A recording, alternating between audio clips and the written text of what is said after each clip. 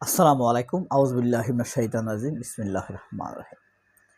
আজকের সকল পত্রিকায় যেই নিউজটি আপনারা দেখবেন সেটি হলো সংসদের প্রথম অধিবেশনের সমাপ্তি এবং তিন নেতার বক্তব্য নিয়ে গুরুত্বপূর্ণ কোড।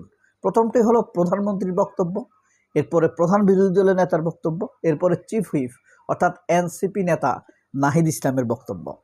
এই তিনটি বক্তব্যের বাইরে একটি খবর একদম ছোট বড় সাপ্তাহিক মাসিক দৈনিক সকল পত্রিকায় ছাপা হবে, সেটি হলো আজকে মহান মে দিবস, বিশ্ব শ্রমিক দিবস। যাদের শ্রমে ঘামে আজ পৃথিবী এত সুন্দর হয়েছে, চকচকে যে রাস্তা দিয়ে আমরা তকতকে গাড়ি চালাই, সেই রাস্তাটি যাদের ঘামের উপরে প্রতিষ্ঠিত, যাদের শ্রমে প্রতিষ্ঠিত, তাদের অধিকার আদায়ের প্রতীকী দিবস আজ বিশ্ব শ্রমিক দিবস। আরও একটি খবর অন্য কোনো পত্রিকায় আসবে না, প্রথম পত্রিকায় থাকবে না, অনেকে পড়বে না, সেটি হলো দৈনিক আমার দেশ পত্রিকার সম্পাদক মাহমুদুর রহমান অসুস্থ। সবাই তার জন্য দোয়া করবেন। তিনি ব্যতিক্রম সম্পাদক, মজলুম সম্পাদক, দেশ বিতাড়িত সম্পাদক। এই কণ্ঠ বাংলাদেশের কোটি কোটি মানুষের কণ্ঠ। তার কলমে লক্ষ লক্ষ কোটি কোটি মানুষের দুঃখ দুর্দশার কথা অনুভূতি হয়। এই কারণে তাকে আমাদের দরকার, তার জন্য দোয়া করা আমাদের দরকার।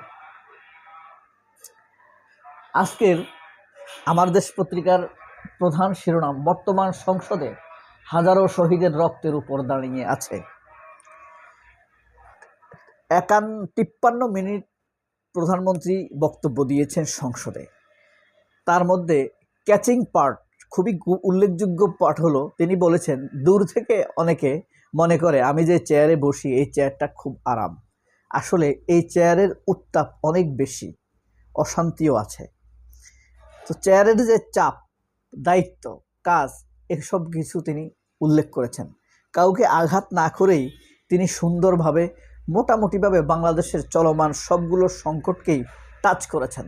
তার নখদর্পণে রয়েছে সকল সংকটের কথা।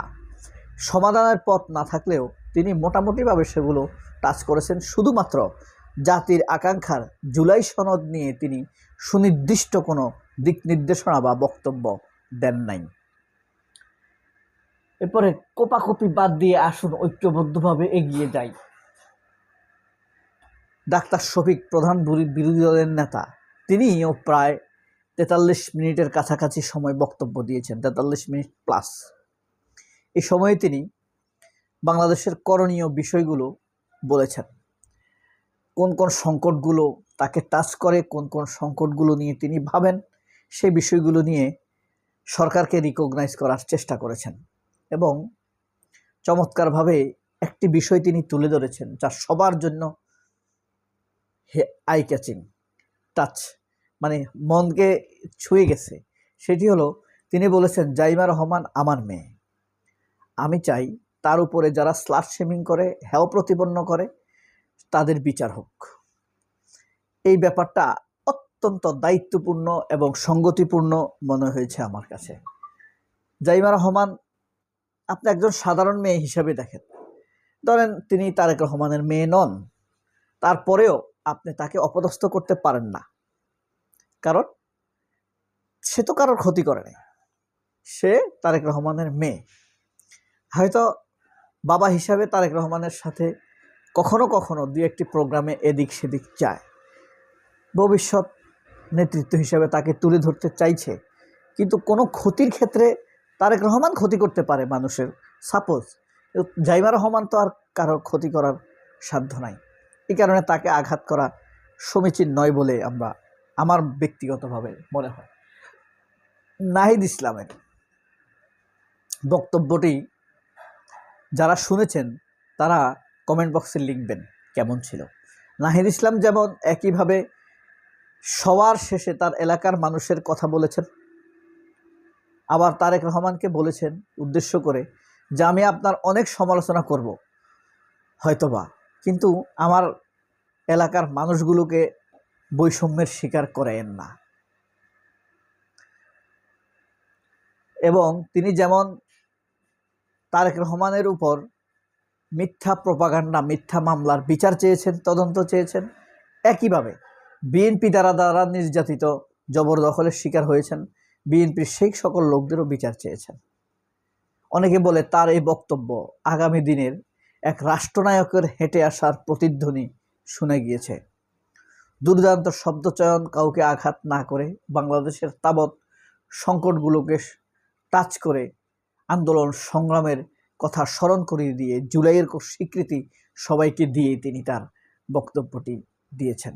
তিনি এর ওখানে আরেকটি কথা বলেছেন, ইসলামী ব্যাংক লুটকারীর প্রধান পথ তৈরি করে দিয়েছে এই ছুপ্পু। বেগম খালেদা জিয়াকে জেলে ঢুকানোর প্রথম যেই বন্দোবস্ত করেছে এই ছুপ্পু।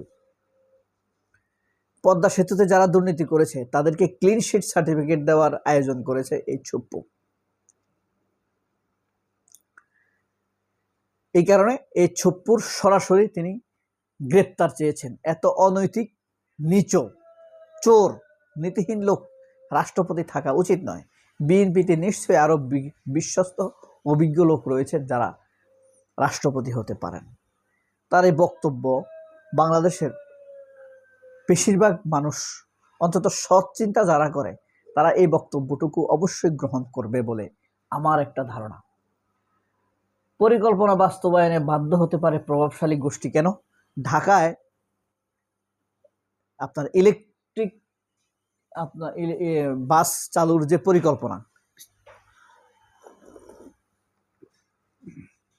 এই ব্যাপারে এই পরিকল্পনা বাধা সৃষ্টি করতে পারে প্রভাবশালী মহল, যাদের ধরেন পেট্রোল পাম্পের ব্যবসা রয়েছে, যাদের সিএনজি গাড়ি শোরুম রয়েছে, এজেন্সি রয়েছে। তারা তো স্বাভাবিকভাবে দেশে ইলেকট্রিক বাইক, ইলেকট্রিক গাড়ি এগুলো আনতে দেওয়ার বিপক্ষে। কিন্তু পৃথিবীতে যে চলমান সংকট, যুদ্ধ, তেল সংকট, গ্যাস সংকট, এ সকল ব্যাপারগুলো এড়িয়ে যাবার জন্য ইলেকট্রিক পরিবহনে আমাদেরকে যেতেই হবে। আপনারা জানেন পৃথিবীর সর্বাধুনিক গাড়ি নিয়ে গবেষণা কোম্পানি যারা করে, টেসলা, ইলন মাস্কের, তারা খুব উন্নত প্রযুক্তির ইলেকট্রিক কার বাজারে এনেছে। আরও তাদের গবেষণা চলছে। তুরস্ক সর্বশেষ যে উন্নত গাড়িটি বাজারে ছেড়েছে, খুব দামি, সেটিও কিন্তু ইলেকট্রিক। অর্থাৎ পশ্চিমারা ইলেকট্রিক গাড়ির দিকে ঝুঁকছে। আমাদের তেল নাই, গ্যাস নাই, সব কিছু আমাদের আমদানি নির্ভর। সুতরাং আমাদেরও উচিত ইলেকট্রিক গাড়ির দিকে ঝোঁকা। তাহলে তেলের বিপুল চাপ থেকে আমরা হয়তোবা কিছুটা হলেও বাঁচতে পারব। আজ বিশ্ব শ্রমিক দিবস। মাহমুদুর রহমান অসুস্থ। শুক্রবার, বছরের পঞ্চম মাস। সবাই অনেক ভালো থাকবেন। আমার মেয়ের জন্য দোয়া করবেন। আল্লাহ হাফেজ। আসসালামু আলাইকুম।